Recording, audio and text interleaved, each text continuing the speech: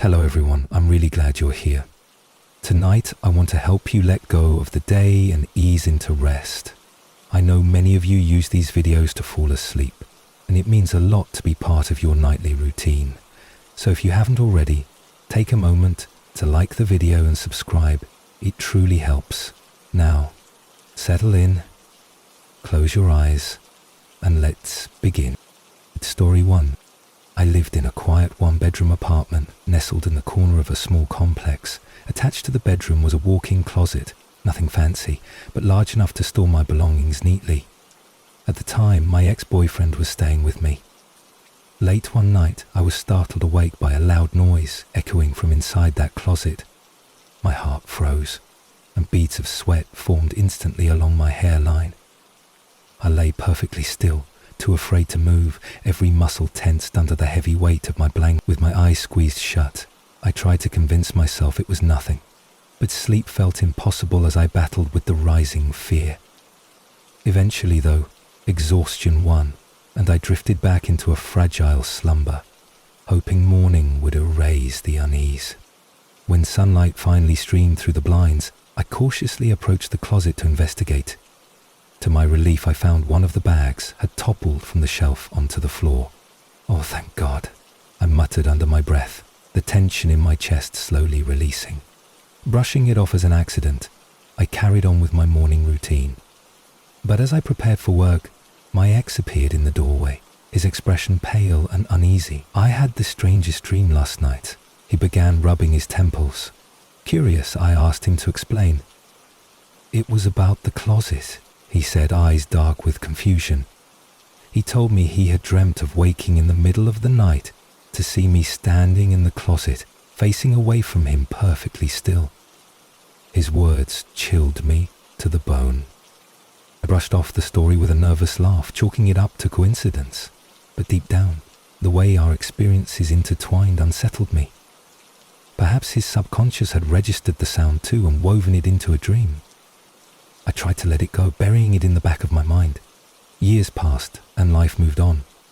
Eventually, I found myself living in the same apartment complex, but in a different unit. This time, with my current boyfriend. The memory of that night had faded entirely, until it came crashing back in the most unexpected way. One evening, as we sat casually chatting in the living room, he suddenly turned to me, his face curious but calm. "Why were you standing in the closet last night?" he asked innocently. My stomach dropped. My heart raced so violently I could hear its thudding in my ears. I froze, unsure how to respond. "What do you mean?" I managed to stammer. He explained that in the middle of the night, he awoke to see someone standing silently in the closet, facing away from him, motionless. The details mirrored my ex's story almost perfectly, though I had never shared that incident with him. I shook my head, trying to find rational explanations. "I don't sleepwalk," I whispered, "and I wasn't in the closet last night." He frowned, clearly unsettled, but didn't press further. A heavy silence hung between us as the air seemed to thicken with questions neither of us could answer. I had told no one about the first occurrence, and yet here it was again, years later, with a different person, in a different apartment. That night, I couldn't sleep. I lay wide eyes in bed, every creak and rustle amplifying my anxiety. The idea of someone, or something, watching from the shadows of my closet gnawed at my sanity. Was it possible that both men had simply imagined the figure in some half-dreaming state? Or was there a more sinister presence tied to me, lurking unseen until the night crept in? The idea chilled me to the core. As time passed, I found myself scanning the corners of every room before turning out the lights. The closet became an object of paranoia. I kept its door firmly shut, as though that thin barrier could hold back whatever strange force haunted those moments. Each evening, my mind replayed the words from both men like a haunting chorus, their voices overlapping in memory, their descriptions so eerily identical. It's been 4 years since the first incident, and still I have no answers. No one else has seen the figure.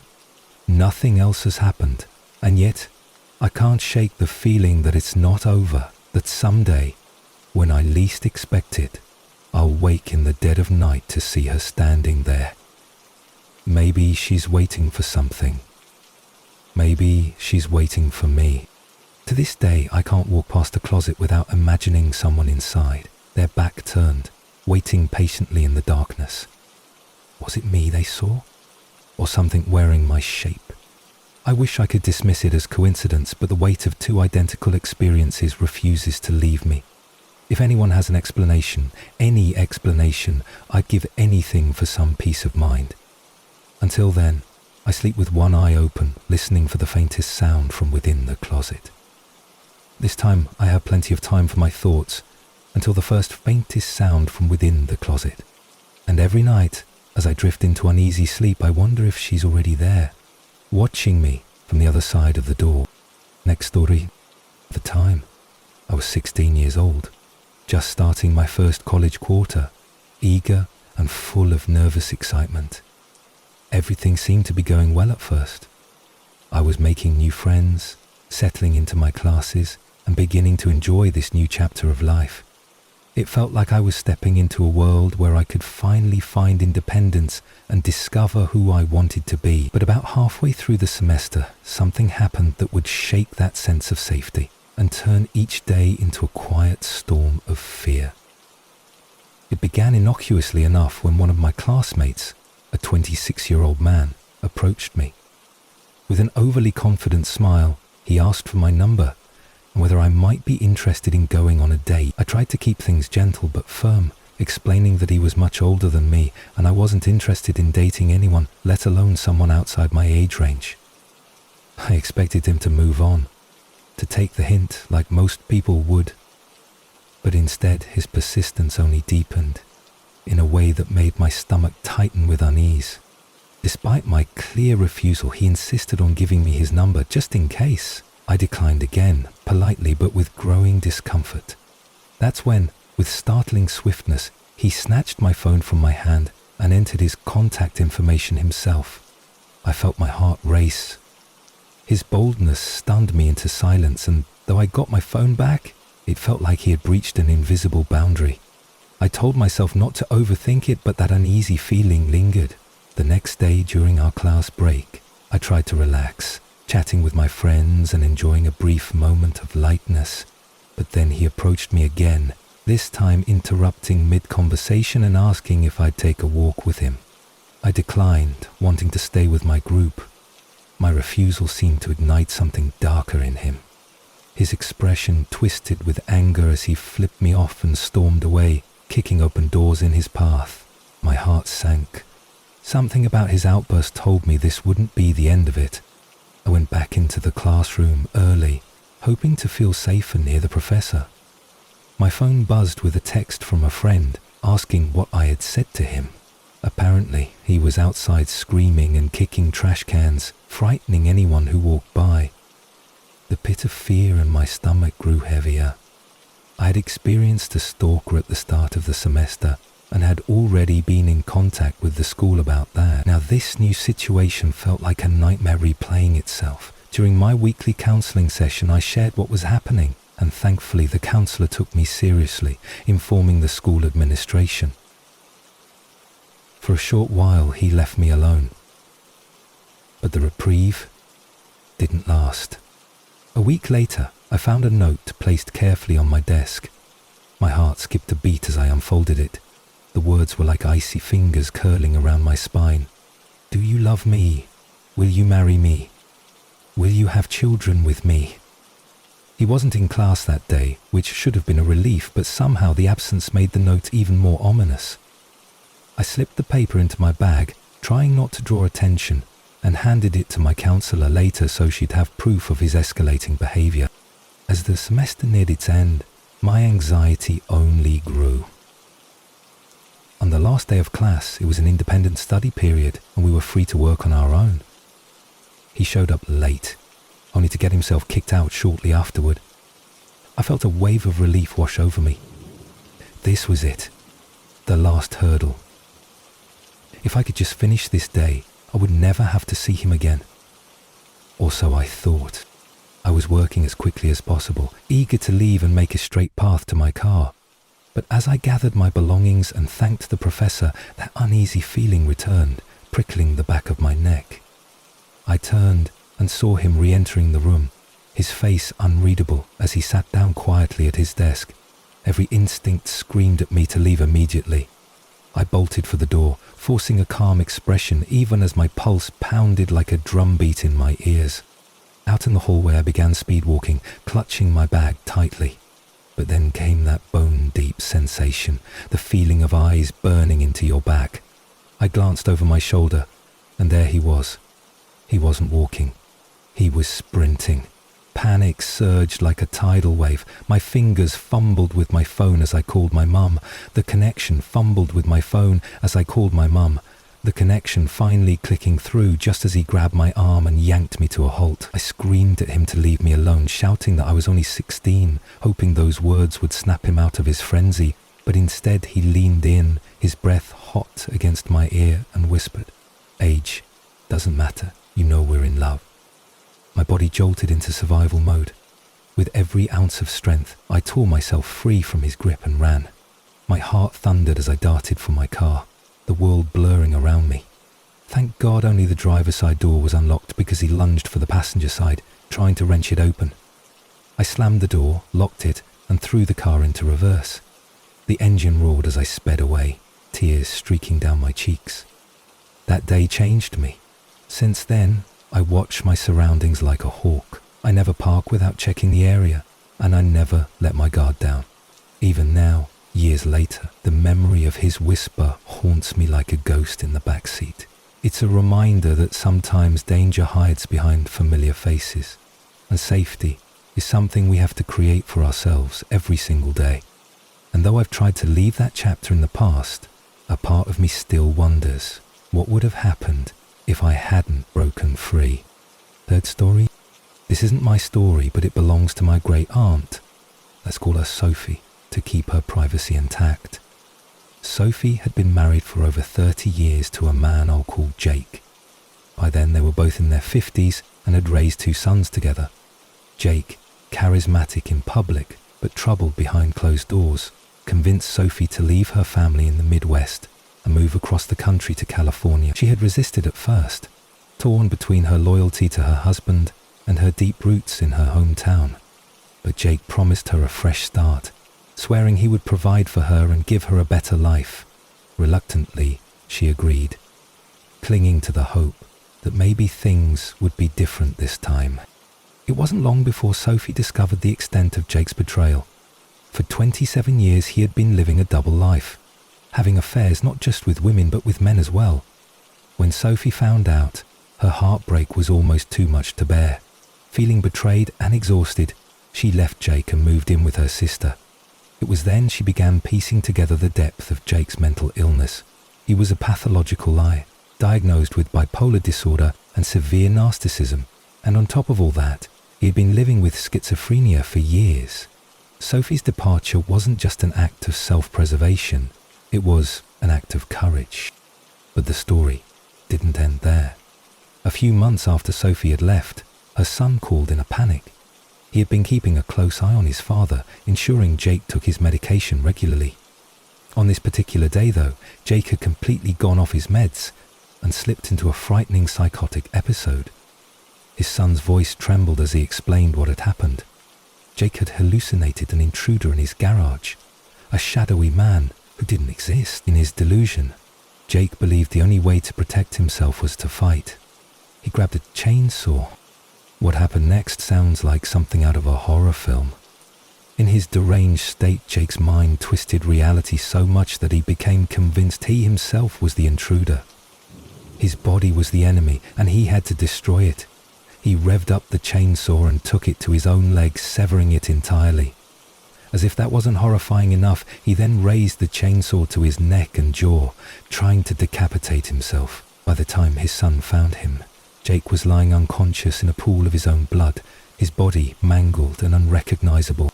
Emergency services arrived swiftly, and Jake was rushed to the hospital. The doctors managed to stabilize him, but they couldn't save his leg. It had to be amputated. He slipped into a coma, and for days the family didn't know if he would ever wake up. Sophie, upon hearing the news, didn't hesitate. Despite all the pain Jake had caused her, despite the cheating and the lies, she flew across the country to sit by his bed. Some people might call her foolish. I call her extraordinary. Sophie didn't cry when she saw Jake in that hospital bed, his face wrapped in thick bandages, his jaw wired shut. She didn't flinch as the nurses changed his bloody dressings or as he lashed out in fits of confusion and pain. She stayed. She stayed because, for all his faults, this was the father of her children. Even though their marriage had been a battlefield, she knew her sons would be devastated if he died like this. Weeks passed, and Jake slowly began to recover. He never regained his leg, but the doctors said he was fortunate to have survived it all. Sophie returned home after ensuring that Jake was in a rehabilitation program and receiving the psychological care he so desperately needed. The experience changed her. She still kept a civil relationship with Jake for the sake of their children, but she didn't let his chaos pull her back into his orbit. To this day, I think about the strength it must have taken for Sophie to sit in that hospital room day after day, facing the man who betrayed her so deeply. She's not the kind of person you'd notice in a crowd. Petite, soft-spoken, the picture of a sweet little old lady. But beneath that gentle exterior is a woman who's walked through hell and come out stronger for it. Now Sophie is dating again. Every time I see her smile, I hope some man out there realizes just how rare and remarkable she is. I hope he gives her the kind of love she deserved all along. And as for Jake, last I heard he's still alive, still grappling with his demons. Sophie doesn't speak badly of him. She simply hopes he stays on his medication and keeps being the father her sons need. Whenever I think of Sophie, I can't help but wonder, could I ever show the kind of forgiveness and strength she did? Could anyone? Fourth story. When I was a teenager, two of my closest friends, who were sisters, often ran away from home. It had become almost a routine for them. They'd disappear for a few days, crash at random places, and then eventually return to their parents' house as if nothing had happened. On weekends, they would often show up at my apartment, laughing and acting like everything was fine. One particular weekend, I was nursing my very first hangover after trying alcohol the night before. My head throbbed, and every sound felt amplified. As much as I wanted to lie in bed all day and let the world fade away, my phone rang. It was one of the sisters calling. She spoke quickly, her voice full of excitement, as she told me she had found a new hangout spot and wanted me to come check it out. "It's close to your place," she said. At first, I hesitated. I felt awful, and the idea of going anywhere seemed impossible. But she begged and pleaded, and eventually I gave in. I got dressed quickly and started walking, still feeling the fog of my hangover clinging to me. As I made my way to the address she gave me, I noticed it wasn't as close as she had claimed. The neighborhood felt unfamiliar, quiet in a way that made the hairs on the back of my neck stand on end. When I arrived, she greeted me at the door with a wide grin. "Come in, let me show you around," she said, pulling me inside. To my surprise, it wasn't some abandoned house or friend's couch. It was an actual house where she claimed to have her own room. "The guy who owns this place lets me stay here as long as I bring him food sometimes," she explained casually. Something about her tone didn't sit right with me, but I nodded, not wanting to seem rude. She led me to a room where her boyfriend was waiting.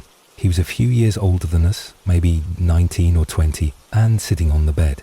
At first glance he seemed harmless enough, but I couldn't shake the uneasy feeling creeping through my body. Then I noticed someone else in the room, an older man with a shaved head and leathery skin. His arms were covered in prison-style tattoos, and there was a strange energy about him. He stood at an ironing board, not acknowledging me at first. My friend introduced me to her boyfriend, and I reluctantly shook his hand. Then the questions began. Where do you live? Do you have lots of friends? Does anyone check on you often? The older man asked these with an odd eagerness, his voice low and deliberate. Alarm bells started ringing in my head. I gave vague answers, careful not to reveal too much. But my friend, oblivious or maybe naive, started filling in the blanks for me. I felt trapped. My gut screamed that something wasn't right. The older man handed me an open beer, insisting it would help cure my hangover. "Come on, drink up. It's the only way to feel better," he said with a grin that didn't quite reach his eyes. I hated beer, and I wasn't about to drink something a stranger handed me.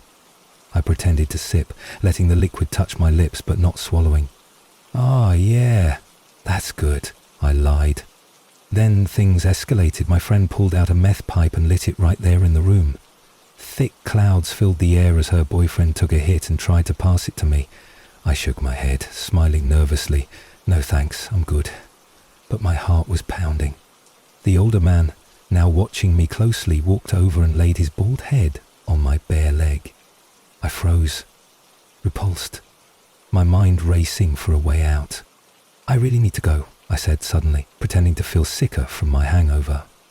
The older man straightened up, his eyes narrowing slightly. My friend begged me to stay. Her boyfriend looked at the older man, who stepped closer as if to block the doorway. My survival instincts kicked in. "I just need some fresh air," I said, heading for the door. Then, in one swift motion, I slipped past him and sprinted out of the house. I didn't stop running until I reached my apartment complex. My lungs burned and my heart pounded, but I felt an overwhelming sense of relief. I couldn't believe how close I had come to something potentially life-changing or life-ending. In the following days, my friend kept inviting me back, but I always declined with some excuse. Weeks later, her sister confided in me late one night. "That man, the old guy with the shaved head, he forced himself on me when I stayed over," she whispered. My stomach churned. I was grateful I had trusted my instincts and left. Even now, years later, I can't think about that day without a shiver running down my spine. That house, those men, that moment when everything felt wrong. It's a memory that will never leave me. Fifth story. When I was a child, I lived with very little supervision. My mum worked long day shifts, and my dad worked nights, meaning he slept most of the day. That left me free to roam the house and fill my time however I wanted until my mum came home. For the most part, I entertained myself with cartoons, toys and snacks. But as the hours dragged on, I often grew restless and sought something new to pass the time. That's when I started playing with the home phone, pressing random buttons to see what would happen. Sometimes I'd hear a strange voice on the other end, and usually they'd scold me, telling me never to call random numbers again. But one day, I dialed a number, and everything changed. A man answered the phone, his voice deep and gravelly. He paused for a moment after my cheerful hello, and then said something that sent a thrill of excitement through my young, gullible mind. "This is Santa Claus," he told me. My eyes widened and a smile spread across my face. I was still young enough to believe it could be true, and I thought I had stumbled onto something magical. Eagerly, I started asking him questions about the North Pole, his reindeer, and the elves. He answered each one, his voice warm and playful, and I became completely immersed in the fantasy. We talked for what felt like forever, at least 15 minutes. I was so engrossed that I didn't notice how his tone slowly shifted from playful to serious. Then he said something that made my heart skip. "One of my elves misplaced your address. I won't be able to deliver your presents this year unless you tell me where you live." His words hit me like a punch to the chest. I froze, my tiny brain struggling to remember my address. But I couldn't. At that age, I didn't even know it by heart. Tears welled in my eyes as I realized I might be the only child in the world to wake up on Christmas morning to nothing. I started crying, sobbing so loudly that my dad, asleep in his bedroom, heard me. He stomped into the living room, his face groggy but annoyed. "What's going on?" he demanded. Through my tears, I shouted, "Santa needs our address or I won't get any presents." My dad's face changed instantly. He grabbed the phone from my hand, but when he pressed it to his ear, the line was already dead. That was the last time I was ever allowed to play with the phone unsupervised. My parents explained that it probably wasn't Santa at all, but someone pretending to be him. Someone dangerous. At the time, I didn't fully understand why they were so upset. All I knew was that the magic of that phone call had curdled into something strange and scary. As I got older, I began to replay that moment in my head with fresh eyes, the deep voice, the questions, the request for my address. It wasn't just odd, it was sinister. Whoever that man was, he hadn't wanted to deliver presents. He wanted something far more troubling. Now, as an adult, I shudder to think how easily things could have gone wrong. What if I had known my address? What if he had found me? The thought makes my stomach churn. Back then, I was too young to understand the dangers lurking in the world. I thought of strangers as potential friends, not predators. That innocence was a fragile shield. And that day, it cracked. Sometimes I still wonder about the man on the other end of the line. Was he a predator hoping to find an unguarded child? Or was he just some lonely soul seeking connection in a twisted way? I'll never know, and I'm not sure I want to. One thing is certain though, that phone call taught me the importance of boundaries. It taught me that not everyone who sounds kind has good intentions. And it taught me how easily innocence can become vulnerability. To this day, whenever I see a child playing with a phone, I feel a pang of unease. I want to tell them to be careful, to stay safe, to understand that not every voice is friendly.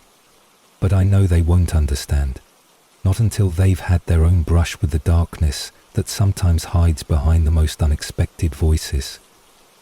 The sixth story. I was in my early 20s driving home from my family's house in upstate New York to my apartment in New Hampshire after spending Christmas with them. My little VW Beetle was packed to the roof with gifts, leftover food, and my dog, a small, harmless mix breed who thought licking someone to death was his fiercest weapon. It was late in the evening, the winter roads slick with ice, and the sky a heavy shade of grey that blurred into black as I drove deeper into New Hampshire. As I crested a small hill near the town of Enfield, flashing blue lights appeared in my rearview mirror. A police officer had parked his cruiser at the bottom of the hill, catching speeders in the act. I wasn't going very fast. My Beetle couldn't do much more than crawl up that hill, but apparently I was still slightly over the limit. I pulled over, heart sinking, and waited as the officer wrote me a ticket. He was polite enough, and the interaction was brief. With a sigh, I took the ticket, thanked him, and carefully pulled back onto the road, trying not to let the growing fatigue and irritation get the better of me. Less than a mile later, my car began acting strangely. It wobbled and groaned as though the tires were complaining about every frozen bump in the road. I pulled over again, this time to find my rear tire completely flat. I stared at it in dismay, the cold wind biting at my cheeks. The road was utterly deserted, the thick snow muffling even the sound of my breath. The nearest house was nowhere in sight, and the last sign of human life, the officer, had already driven away. I braced myself for what I knew would be a long, miserable ordeal. My car tools were buried under piles of gifts in the back seat, and with snowbanks piled high on both sides of the narrow road, I would have to unpack the entire car just to reach them. My dog whimpered softly, as though sensing my unease. Just as I began to steel myself, headlights appeared in the distance. A car was approaching. It slowed as it neared me, and a man rolled down his window. He seemed friendly enough, perhaps a bit tipsy, judging by his slightly slurred words, but I didn't feel alarmed. When I explained my situation, he nodded and said, "Hang tight, I'll go get someone to help you out." Before I could respond, he drove off, leaving me alone again, with my thoughts and the sound of my dog's nervous panting. A few minutes later, another car approached. This one pulled over directly in front of mine. A man stepped out, and I immediately noticed his long hair and rugged appearance. Growing up, I'd been taught to be wary of men like this, strangers on the road, especially ones with a rough look. But something about his calm demeanor felt oddly reassuring. He asked if I needed help, and without hesitation began unloading my car to get to the tools. His wife remained in their car, watching as he worked. As he crouched by my car, the first man returned. This time he wasn't alone, he'd brought another man with him. Both seemed intoxicated, their movements loose and unpredictable. They approached us and my unease returned with full force. The long-haired man straightened up, placing himself subtly between me and the two newcomers. "Stay close behind me," he murmured quietly. "I won't let anything happen to you." The first man grinned in a way that made my stomach churn. He tried to convince me to get into his car, to warm up, reaching for my arm as though it were the most natural thing in the world. My helper stood his ground, his eyes locked on the strangers. The tension in the air thickened like ice about to crack. It felt like we were all waiting for someone to make the first move. After what felt like an eternity, the two men seemed to lose interest. Perhaps they sensed the determination in my protector's stance or realized they were outnumbered. Whatever the reason, they turned and left without another word. My knees felt weak, but I forced myself to stay upright as the long-haired man finished changing my tire. When he was done, he offered to follow me in his car until I reached my exit, just to ensure the men didn't come back. I thanked him repeatedly, overwhelmed with gratitude. That night, as I drove the rest of the way home, I couldn't stop replaying the scene in my head. If that kind stranger hadn't shown up when he did, I shudder to think how differently things might have turned out. Seventh story. My parents live in a modest home in a quiet neighborhood, their backyard bordering the side of a small red house that always seemed odd. The red house had a deck and two large windows that faced our yard. Around the front there were always at least 3 cars parked outside, yet in all the 10 years I lived there, I never once saw anyone enter or leave. Not once. It wasn't something I thought about often, but every now and then I'd catch myself staring at that house, wondering what went on behind those still windows. When I was 12, I saw something that only deepened my unease. One night, as I glanced across the yard, I noticed shadows moving behind one of the far windows of the red house. At first, I brushed it off as tricks of the light, but the shapes were too defined, too purposeful to be dismissed so easily. I never told anyone about it. What would I even say? Years later, after my sister moved out, I claimed her old bedroom in the basement. It was a large open space with its own door leading to an outdoor stairwell and the backyard. The door had a small window which my sister had covered with a Pulp Fiction poster. I replaced the poster with sheer curtains that let in a little more light, wanting the room to feel open and airy. But as it turned out, the sense of openness didn't bring me comfort. It made me feel the way the room was set up, I could see the door from my bed and from the couch. Some nights as I tried to sleep, I'd hear faint sounds in the stairwell, leaves crunching underfoot, soft scraping noises. At first, I blamed our cat, who roamed the neighborhood often, but deep down, something didn't feel right. The sounds were too deliberate, too heavy to be a small animal. One evening, my boyfriend and I were sitting on the couch, smoking and laughing softly. The night felt calm and ordinary, until it wasn't. He suddenly stiffened, his eyes fixed on the window in the door. "Did you see that?" he whispered. My heart skipped. "See what?" I asked, my voice tight. "A camera flash." "I swear I just saw a flash." I laughed nervously, brushing it off. Maybe he was imagining things. Maybe the smoke was playing tricks on him. But later that night, as I lay in bed, I found myself staring at that thin gap in the curtains, too anxious to sleep. Around 3 a.m, I heard it again, the unmistakable crunch of leaves under boots. This time, there was no mistaking it. I sat up in bed, my pulse hammering in my ears. For reasons I still can't explain, I decided to confront whoever was out there. Barefoot, I crept across the cold floor and flung the door open. At first, I saw nothing in the stairwell, but then I sprinted up the steps, my breath fogging in the chill air, and scanned the yard. That's when I saw him. A man in his mid-40s stood there, wearing a mechanic's jumpsuit. In his hands was a clunky, outdated digital camera. We locked eyes, and time seemed to freeze. He looked stunned to see me, as if he hadn't expected to be caught. "What the hell are you doing?" I shouted, my voice trembling with equal parts fear and anger. The man didn't answer. He turned abruptly and sprinted toward the red house, vanishing into the shadows. My legs felt like jelly as I backed into the stairwell and slammed the door shut. After that night, I never heard the sound of leaves in the stairwell again. There were no more flashes of light, but I still wonder, how many nights had he stood there in the dark, watching me through the window? How many times had I been asleep, unaware of the eyes peering in from the blackness beyond the glass? It's story. I've always loved hiking and mountain biking through the woods. It gives me a sense of peace, a chance to disconnect from the constant noise of life and just listen to the wind in the trees. Over the years, I've explored countless trails, and while I've seen my share of strange things, altars, shrines, and other odd setups, I never felt scared enough to stay away.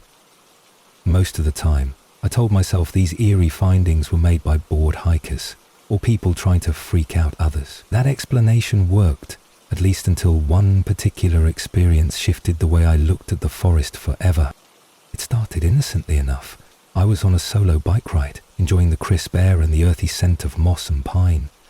The trail was narrow and winding, weaving deep into a part of the woods I didn't usually explore.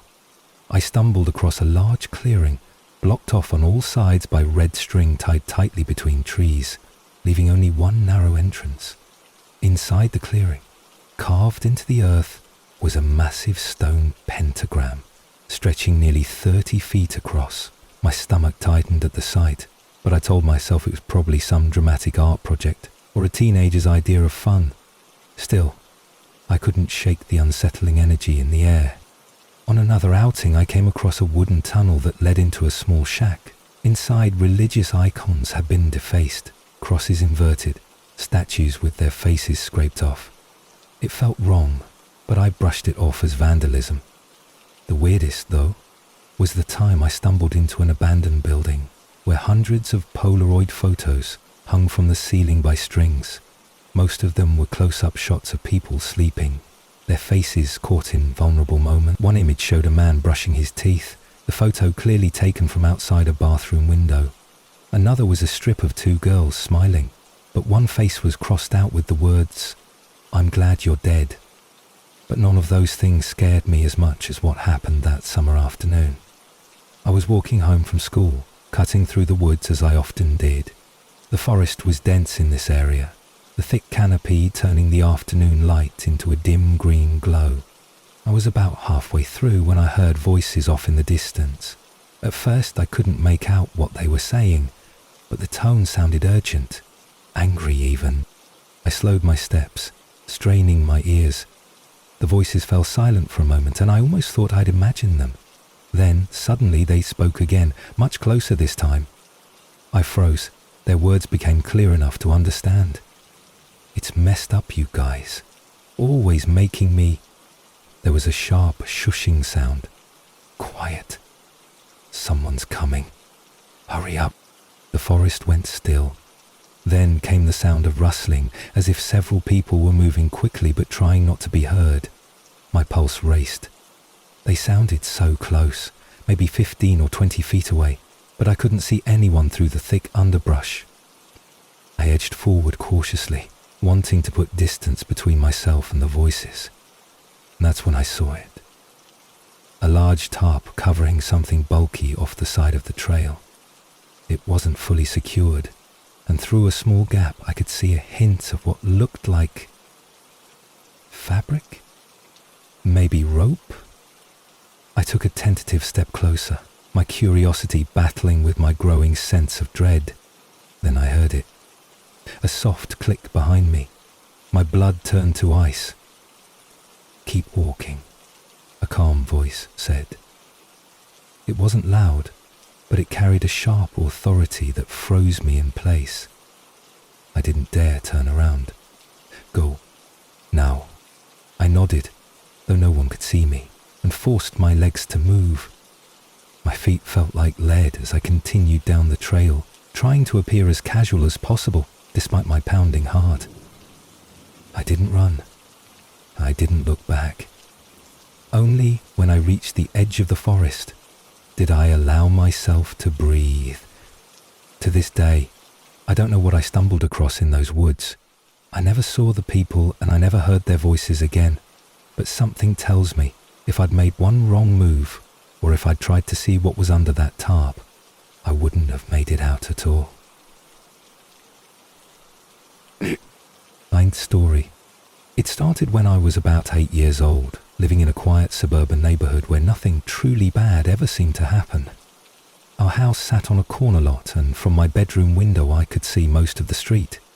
Every evening I would sit there after dinner, watching the neighborhood kids ride their bikes or hearing dogs barking faintly in the distance. It was a safe and ordinary routine until one particular night changed how I saw that street forever. I was brushing my teeth when I heard a strange sound outside. It wasn't a car or the usual hum of chatter. It was softer, almost like whispering. I froze, my toothbrush hanging mid-air, straining to hear more. The whisper grew louder, more insistent, and my curiosity overpowered my caution. I crept over to my window and peered out through the blinds. That's when I saw her. A woman was standing directly under the street lamp across from our house. Her clothes were tattered, her hair wild and matted, and she was barefoot, even though the pavement was cold from the autumn chill. At first, I thought she might be lost or in trouble, but then I noticed the way she was staring, right up at my window, as if she had been waiting for me to appear. Her lips moved rapidly, whispering words I couldn't make out. I ducked back under the window, my heart pounding in my small chest. I waited for a few seconds, then peeked again. She hadn't moved. Her head was still tilted upward, her mouth still moving.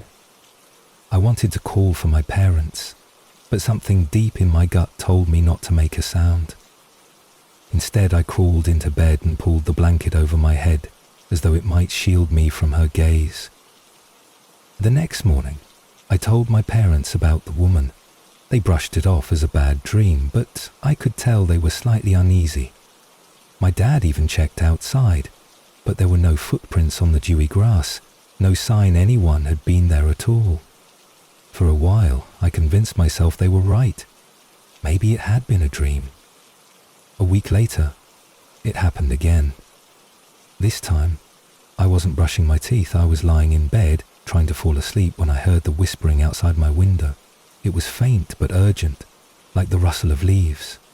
Slowly, I turned my head and there she was, standing in the exact same spot, under the street lamp. But now she wasn't just staring. She was pointing, her finger extended directly at my window, her whisper growing louder, though I still couldn't make out the words. Panic surged through me. I rolled off the bed and crawled to my closet, curling up in the corner. I stayed there until exhaustion overtook my fear, and I drifted into a restless sleep. When I finally confessed to my older brother about the woman, he laughed and told me to stop watching scary movies before bed. But that night, as he stayed in my room to prove there was nothing out there, he saw her too. I'll never forget the way his face drained of colour as he muttered, "What the hell?" He bolted out the room calling for our dad. By the time they both ran to the window, she was gone. My brother insisted he hadn't imagined it. She was just standing there, staring up at us. She smiled. My dad called the police, but they found nothing. No footprints, no suspicious activity reported in the area. We moved a few months later for unrelated reasons, but to this day I still dream about that woman. In the dreams, she's standing under that same street lamp, whispering those same unintelligible words. Only now, in the dream, she's no longer pointing at my window. She's standing at the foot of my bed. Story. I was about 20 years old when I took a late shift at the small diner in my hometown. It wasn't unusual for me to close up alone. The place was quiet most nights, especially during the winter. That evening the snow fell heavily, blanketing the streets in silence. The world outside seemed hushed and still, which made the creaks and groans of the diner all the more noticeable as I wiped down the counters. I had just turned off the neon open sign when I heard the bell above the door chime. Startled, I turned to see a man standing there. He was tall and lanky with a thin face and piercing eyes that didn't quite seem to blink. His clothes were soaked through from the snow, yet he wasn't shivering. There was something about him, something I couldn't place, that made my stomach twist in unease. "Sorry, we're closed," I said, trying to keep my voice steady. The man didn't respond at first. He just stood there, dripping water onto the floor. Finally, he spoke in a slow, deliberate tone. "I just need to use your phone. Mine's dead." He didn't ask. He stated it, like it was something inevitable. Against my better judgment, I pointed to the phone on the counter. "It's right there," I said quickly. "But make it fast, okay?" He walked over, his movements strange, too smooth, almost as if his joints bent in ways they shouldn't. He picked up the receiver but didn't dial. Instead, he held it to his ear, staring straight ahead. The silence stretched on until I cleared my throat. "Do you need me to dial for you?" He turned his head slowly toward me, and for the first time, I realized he wasn't wet from the snow at all. The dark patches on his clothes weren't water. They were stains. Dark, irregular stains that looked like they'd been there for a long time. My chest tightened as I forced a smile. "Look, if you're not going to use the phone, I really need to lock up." He set the receiver down carefully, almost reverently, and stepped back. "Do you believe people can change?" he asked suddenly. The question was so out of place it took me a moment to process. I guess so," I stammered. He nodded, as if satisfied with my answer. Then, without another word, he turned and walked out into the snow. The bell above the door jingled softly as it closed behind him. I let out a breath I hadn't realized I'd been holding and quickly locked the door. The next morning, I told my boss about the strange encounter. He frowned, then said quietly, "You know, that sounds like a guy who used to come in years ago. He'd ask the same question every time. Do you believe people can change?" He stopped coming after he was arrested for killing his brother. Stabbed him right in their parents' house. Chills ran down my spine. "But he's still in prison, isn't he?" My boss shook his head. "He hung himself in his cell 2 years ago. That night, as I closed up again, I couldn't help but glance at the door every few minutes, half expecting to hear the bell and see that man standing there asking his question one more time." 11th story. When I was 17, I worked part-time at a local movie theatre. It wasn't glamorous, but I loved the job. Free movies, endless popcorn, and the camaraderie of late-night shifts with my co-workers. Most evenings were uneventful, just sweeping sticky floors and taking tickets. But one night, during a late shift, I encountered something that still lingers in the back of my mind, like a shadow I can't shake. It was a slow night, with only a handful of customers scattered across the screens. As I swept up stray popcorn kernels in the main lobby, I noticed a man sitting alone in one of the back rows of Theatre 4. There wasn't anything unusual about him at first. He was an older man, maybe in his late 50s, dressed in a faded brown coat and worn-out boots. But there was something about the way he sat, rigid, unmoving, as if he were carved from stone, that made me uneasy. An hour passed, and the movie ended. The theatre emptied, but the man didn't leave. He remained in his seat, staring straight ahead at the blank screen. I hesitated at the entrance, broom in hand, wondering if I should approach him. "Sir?" I called out gently. No response.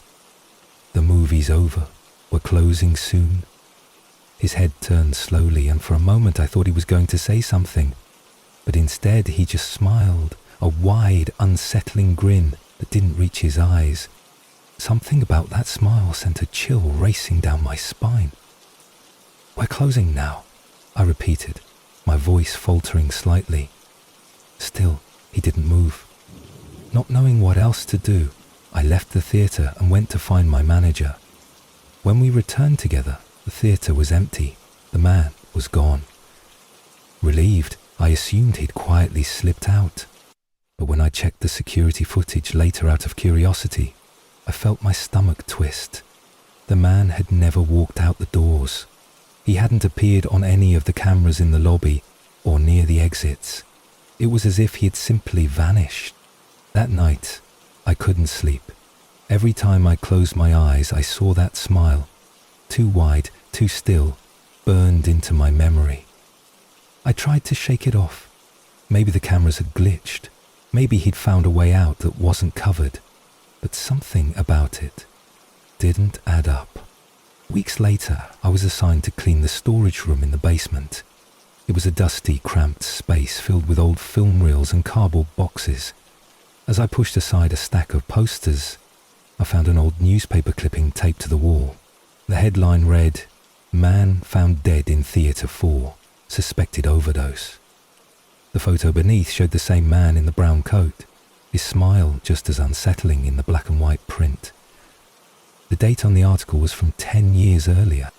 I left the theatre not long after that. I never went back, not even as a customer. And to this day, whenever I'm in a dark room with rows of empty seats, I can't help but feel like he's there too, sitting in the back, watching, smiling. Trofstory. When I was in college, I lived in a small off-campus apartment. It wasn't much, just 2 rooms, a kitchenette and a drafty bathroom, but it felt like freedom. Most nights, I stayed up late, studying or scrawling on my phone, the only sound the faint hum of the refrigerator. It was peaceful, and I liked it that way. Until one night, that peace was shattered. It was about 2 a.m. when I heard it, a faint tapping sound at my window. At first, I thought it was a branch swaying in the wind, but as I listened closer, the tapping became more deliberate. Tap, tap, tap, like fingernails on glass. I froze, my eyes darting to the window. My apartment was on the 2nd floor, and there were no trees close enough to reach. Slowly I crept toward the window, my heart pounding in my ears. I pulled back the curtain just enough to peek out. At first I saw nothing, just the dim glow of the streetlights and the empty alley below. But then, movement caught my eye. A pale face stared up at me from the darkness. It was a man, standing directly beneath my window, his head tilted at an unnatural angle as he grinned up at me. Even from 2 stories up, I could see the sharpness of his teeth in the yellow glow of the light. I stumbled back, clutching my chest as my breath came in ragged gasps. For what felt like hours, I stood frozen, waiting for the sound of footsteps retreating. But the tapping started again, louder this time. Tap, tap, tap. I grabbed my phone and called the police, whispering frantically into the receiver. When they arrived 20 minutes later, the man was gone. They checked the alley and found nothing. No footprints in the dirt, no sign anyone had been there at all. "Probably just your imagination," one of the officers said kindly. "Lock your window and get some sleep." I wanted to believe them, I really did. But the next night the tapping returned. This time it was faster, more urgent. Tap, tap, tap, tap, tap, tap. I didn't look. I didn't dare. Instead, I pulled the blanket over my head like a terrified child and stayed that way until the sun came up. The next day, I borrowed a friend's car and bought a heavy wooden plank. I nailed it across my window, sealing it shut. For the first time in days, I felt safe enough to sleep. But just as I was drifting off, I heard it again. Temp, temp. The sound was coming from the bathroom. 13th story. When I was 19, I took a summer job as a night security guard at an old warehouse on the edge of town. It was easy money. The place had been decommissioned for years and was mostly empty except for a few dusty storage rooms. My only real job was to walk the halls every hour or so, check that the doors were locked, and then sit at the front desk watching the grainy black and white security monitors. At first, it felt like the perfect gig. quiet, simple, and I could spend the downtime reading or scrolling on my phone. But as the nights went on, I started to notice things, small things, that didn't feel right. It began with the lights. Every so often, as I did my rounds, I'd find a light on in one of the back corridors. At first, I assumed I'd just forgotten to turn it off during my last check, so I didn't think much of it. But then it started happening more often. I'd turn off a light, walk the rest of the building, and when I passed by again 15 minutes later, it would be on. Then came the doors. I'd lock them all at the start of my shift, only to find one ajar a few hours later. It was never the same door twice. The first few times, I told myself there had to be an explanation. Maybe the old latches didn't hold well, or there was a draft in the building. But deep down, I couldn't shake the uneasy feeling that I wasn't alone. One night, I decided to bring a thermos of coffee and keep my rounds more frequent. Around 3 a.m., I was walking past one of the storage rooms when I heard something inside. It was faint at first, like the rustle of papers or the shuffle of feet. I froze, straining to hear more. Then came a low, drawn-out scratching sound against the concrete floor. My heart pounded as I reached for the handle, hesitating. "Hello? Is someone in there?" My voice came out weaker than I intended. Silence followed, and for a moment I considered walking away, but some stubborn part of me refused. I yanked the door open and flicked on the light. The room was empty, except for one thing. In the center of the floor, etched into the dust, was a single word: leave. I stumbled back, my pulse roaring in my ears. I slammed the door shut and bolted down the hallway, fumbling for my keys. Back at the front desk, I stared at the monitors, praying for the hours to pass quickly. The rest of the night was quiet, but I couldn't shake the image of that word scrawled in the dust. The next day, I told my supervisor what had happened. He gave me a long, hard look before speaking. "You know you're not the first to say something like that," he said finally. "This place has a reputation. Most guards don't last more than a week." I quit that afternoon. Sometimes, when I drive past the warehouse at night, I swear I see a light flicker on in one of the upper windows.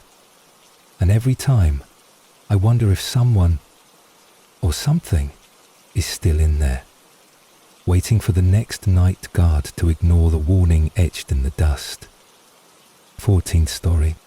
It happened when I was 13 years old, in the middle of a brutally hot summer. My parents had sent me to spend a few weeks with my grandparents in their small rural town, a place surrounded by endless fields and dense woods. At first I hated the isolation. There was no internet, no friends nearby, just the whirring of cicadas and the occasional creak of the old farmhouse settling at night. But as the days passed, I grew to enjoy the quiet, that is, until the night I woke to the sound of someone breathing outside my window. The guest bedroom was on the first floor and my bed was pushed up against the far wall, directly beneath a single window. On that particular night I was lying awake, listening to the wind rustling through the cornstalks, when I heard it. Slow, deep breaths, too heavy to be the wind, too steady to be an animal. At first I thought I might be imagining it, but then I heard the faint crunch of footsteps in the dry grass. I froze, my heart pounding so hard it seemed to echo in my ears. Slowly I turned my head toward the window, but the curtains were drawn. I stayed perfectly still, barely daring to breathe. The footsteps stopped directly outside. Then came a low whisper. "I see you." Panic surged through me. I wanted to scream for my grandparents, but my voice caught in my throat. I pulled the blanket over my head like it might shield me from whatever was out there. Seconds felt like hours as I lay trembling, listening to the faint sound of fingernails dragging across the glass. Eventually the noises stopped, the footsteps retreated, and silence returned to the room. I stayed under the blanket until exhaustion pulled me into a restless sleep. The next morning, I ran outside to check the window. Sure enough, there were footprints in the dirt below, large prints that didn't belong to my grandfather. When I told my grandparents what happened, they exchanged a look I didn't understand at the time. My grandfather grabbed his shotgun and spent hours walking the property, but he didn't find anyone. That night, I begged to sleep upstairs and my grandmother agreed. I lay awake for hours staring out the tiny attic window at the moonlit fields. Just as I started to drift off, I thought I heard it again, breathing, slow and steady. But this time, it was coming from the attic stairs, and I'll never forget the sound of those creaking steps or the faint whisper that followed. I told you I see you. 15th story. I was 21 when I decided to rent a small studio apartment downtown. It wasn't much, just a single room with peeling wallpaper and a bathroom the size of a closet, but it was mine, and I loved the independence. The building was old, its hallways narrow and dimly lit, and my neighbours kept to themselves. At first the silence felt peaceful, like the kind of quiet I'd been craving for years. But that sense of calm wouldn't last. It began a few weeks after I moved in. Late one night as I lay in bed scrolling through my phone, I heard soft footsteps in the hall outside my door. That wasn't unusual. The walls were thin and I could hear people coming and going at all hours. But these footsteps were different, slow, deliberate, almost hesitant. They stopped directly in front of my door. I held my breath, waiting for the sound of a key in a lock or the faint knock of someone trying to find the right apartment, but there was nothing. Just silence. Then I heard it. A low, dragging sound, like fingernails scraping across the wood of my door. My stomach knotted. I crept to the peephole and peered out. At first, I saw nothing but the dim light of the hallway. Then, a figure shifted into view. It was a man, tall and thin, dressed in a rumpled black coat. He stood with his head tilted slightly, staring directly at my door as his fingers trailed slowly across the surface. I backed away, my heart thudding so loud I was sure he could hear it. After what felt like an eternity, the scraping stopped. The footsteps resumed, slow, deliberate, and faded into the distance. I didn't sleep that night. The next morning I convinced myself it was some drunk neighbour who'd gotten turned around in the dark. But over the next week, it happened again and again. Always late at night, always stopping outside my door. One night, I pressed my ear to the wood and heard him whisper something. The words were so faint I couldn't make them out, but the tone sent chills down my spine. I reported it to my landlord, who promised to look into it, but nothing changed. The man kept coming back. One night, determined to catch him in the act, I left my phone recording video on the floor near the door. When I played it back the next morning, I nearly dropped the phone. The footage showed the man crouched low to the ground, peering under the door with one unblinking eye. His voice, low and rasping, filled the speaker. "I know you're awake." I broke my lease the next day and moved back in with my parents. To this day, I don't know who he was or why he kept coming.